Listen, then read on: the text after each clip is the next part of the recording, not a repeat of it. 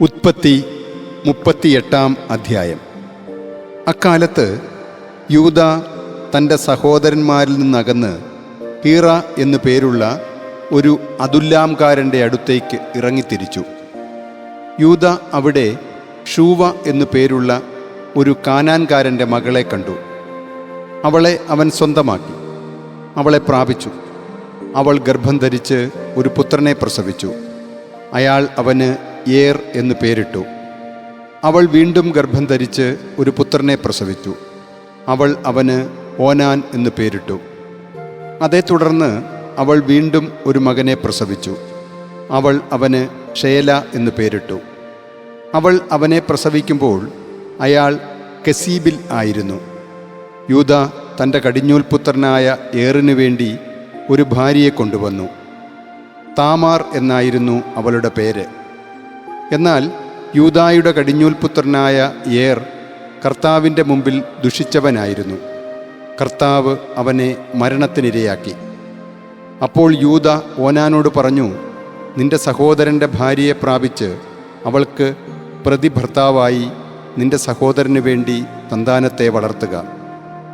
സന്തതി തൻ്റേതായിരിക്കില്ലെന്ന് അറിയാമായിരുന്ന ഓനാൻ തൻ്റെ സഹോദരന് സന്താനത്തെ നൽകാതിരിക്കാൻ തൻ്റെ സഹോദര ഭാര്യയെ പ്രാപിച്ചപ്പോൾ നിലത്തേക്ക് ബീജം സ്രവിപ്പിച്ചു. അവൻ ചെയ്തത് കർത്താവിൻ്റെ ദൃഷ്ടികളിൽ തിന്മയായിരുന്നു. അവനെയും അവിടുന്ന് മരണത്തിനിരയാക്കി. അപ്പോൾ യൂദ തൻ്റെ മരുമകളായ താമാറിനോട് പറഞ്ഞു, എൻ്റെ മകൻ ഷേല വളരുന്നതുവരെ നിന്റെ പിതാവിൻ്റെ വീട്ടിൽ ഒരു വിധവയായി പാർക്കുക. എന്തെന്നാൽ അവൻ ആത്മഗതം ചെയ്തു. സഹോദരന്മാരെ പോലെ ഇവനും മരിക്കരുതല്ലോ. താമാർ പോയി തൻ്റെ പിതാവിൻ്റെ വീട്ടിൽ താമസിച്ചു. നാളുകളേറെ കഴിഞ്ഞപ്പോൾ യൂദായുടെ ഭാര്യ ഷൂവായുടെ മകൾ മരിച്ചു. ദുഃഖാചരണകാലം കഴിഞ്ഞ് യൂദ തൻ്റെ സുഹൃത്ത് അദുല്ലാംകാരൻ ഹീറായുടെ കൂടെ തിമ്നായിലേക്ക് തൻ്റെ ആടുകളുടെ രോമം കത്തിരിക്കുന്നവരുടെ അടുത്തേക്ക് പോയി. ആരോ താമാറിനെ ഇപ്രകാരം അറിയിച്ചു, അതാ നിന്റെ അമ്മായിയപ്പൻ തൻ്റെ ആടുകളുടെ രോമം മുറിക്കാൻ തിമ്നായിലേക്ക് പോകുന്നുണ്ട്. ഷേല വളർന്നിട്ടും അവന് അവൾ ഭാര്യയായി നൽകപ്പെട്ടില്ല എന്നു കണ്ട് അവൾ തൻ്റെ മേലുണ്ടായിരുന്ന വിധവാവസ്ത്രങ്ങൾ മാറ്റി ഒരു മൂടുപടം കൊണ്ട് മൂടി. സ്വയം മറച്ച് അവൾ തിമ്നായിലേക്കുള്ള വഴിയിൽ എനയീം കവാടത്തിങ്കൽ ഇരുന്നു. യൂദ അവളെ കണ്ടു. അവൾ മുഖം മൂടിയിരുന്നതുകൊണ്ട് അവളെ ഒരു വേശ്യയായി അവൻ കരുതി. വഴിയിലേക്ക് അവളുടെ നേർക്ക് കുനിഞ്ഞ് അവൻ പറഞ്ഞു, വന്നാലും ഞാൻ നിന്നെ പ്രാപിക്കട്ടെ. തൻ്റെ മരുമകളാണ് അവളെന്ന് അവൻ അറിഞ്ഞില്ല. അവൾ ചോദിച്ചു, താങ്കൾ എന്നെ പ്രാപിക്കുന്നതിന് എനിക്ക് എന്തു തരും? അവൻ പറഞ്ഞു, ആട്ടിൻകൂട്ടത്തിൽ നിന്ന് ഒരു ആട്ടിൻകുട്ടിയെ ഞാൻ കൊടുത്തയക്കാം.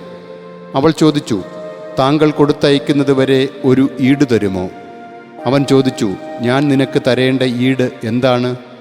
അവൾ പറഞ്ഞു, താങ്കളുടെ മുദ്രമോതിരവും വളയും കയ്യിലെ വടിയും. അവൾക്ക് അവൻ അവ കൊടുക്കുകയും അവളെ പ്രാപിക്കുകയും ചെയ്തു. അങ്ങനെ അവൾ അവനിൽ നിന്ന് ഗർഭം ധരിച്ചു. അവൾ എഴുന്നേറ്റ് പോയി തൻ്റെ മേലുണ്ടായിരുന്ന മൂടുപടം മാറ്റി വിധവാവസ്ത്രങ്ങൾ ധരിച്ചു. താൻ ഈടുകൊടുത്തവ ആ സ്ത്രീയുടെ കയ്യിൽ നിന്ന് തിരിച്ചെടുക്കാൻ അദുല്ലാംകാരനായ തൻ്റെ സ്നേഹിതൻ്റെ കയ്യിൽ യൂദ ഒരു ആട്ടിൻകുട്ടിയെ കൊടുത്തയച്ചു. എന്നാൽ അവളെ അവൻ കണ്ടെത്തിയില്ല. അവൻ അവളുടെ സ്ഥലത്തെ ആളുകളോട് ഇപ്രകാരം അന്വേഷിച്ചു, എനയീമിലെ വഴിവെക്കിലുണ്ടായിരുന്ന വേശ്യ എവിടെ? അവർ പറഞ്ഞു, ഇവിടെ ഒരു വേശ്യയുണ്ടായിരുന്നില്ല. അവൻ യൂദായുടെ പക്കൽ തിരിച്ചു ചെന്ന് പറഞ്ഞു, ഞാൻ അവളെ കണ്ടെത്തിയില്ല. അവിടെ ഒരു വേശ്യയുണ്ടായിരുന്നില്ല എന്നാണ് അവിടുത്തെ ആളുകൾ പറഞ്ഞത്. യൂദ പറഞ്ഞു, അവൾ അവ സ്വന്തമായി എടുത്തുകൊള്ളട്ടെ, നമ്മൾ പരിഹാസ്യരാകരുതല്ലോ. ഇതാ ഞാൻ ഈ ആട്ടിൻകുട്ടിയെ കൊടുത്തയച്ചു, നീയാകട്ടെ അവളെ കണ്ടെത്തിയുമില്ല. ഏകദേശം 3 മാസം കഴിഞ്ഞപ്പോൾ യൂദായ്ക്ക് ഇപ്രകാരം അറിയിപ്പ് കിട്ടി, നിന്റെ മരുമകൾ താമാർ വേശ്യാവൃത്തി നടത്തി.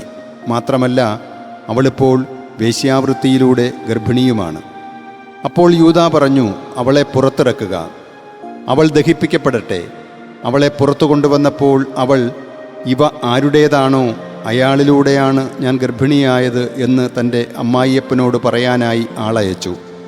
അവൾ പറഞ്ഞു, ദയചെയ്ത് ഈ മുദ്രമോതിരവും വളയും വടിയും ആരുടേതെന്ന് തിരിച്ചറിഞ്ഞാലും.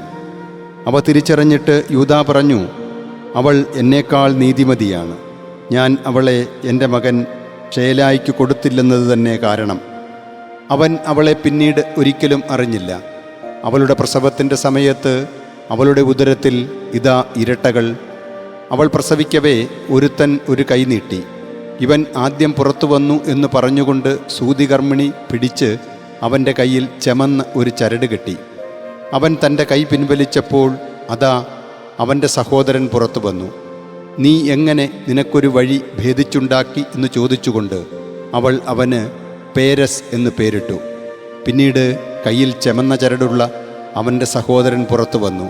അവന് സേറഹ് എന്ന് പേരിട്ടു.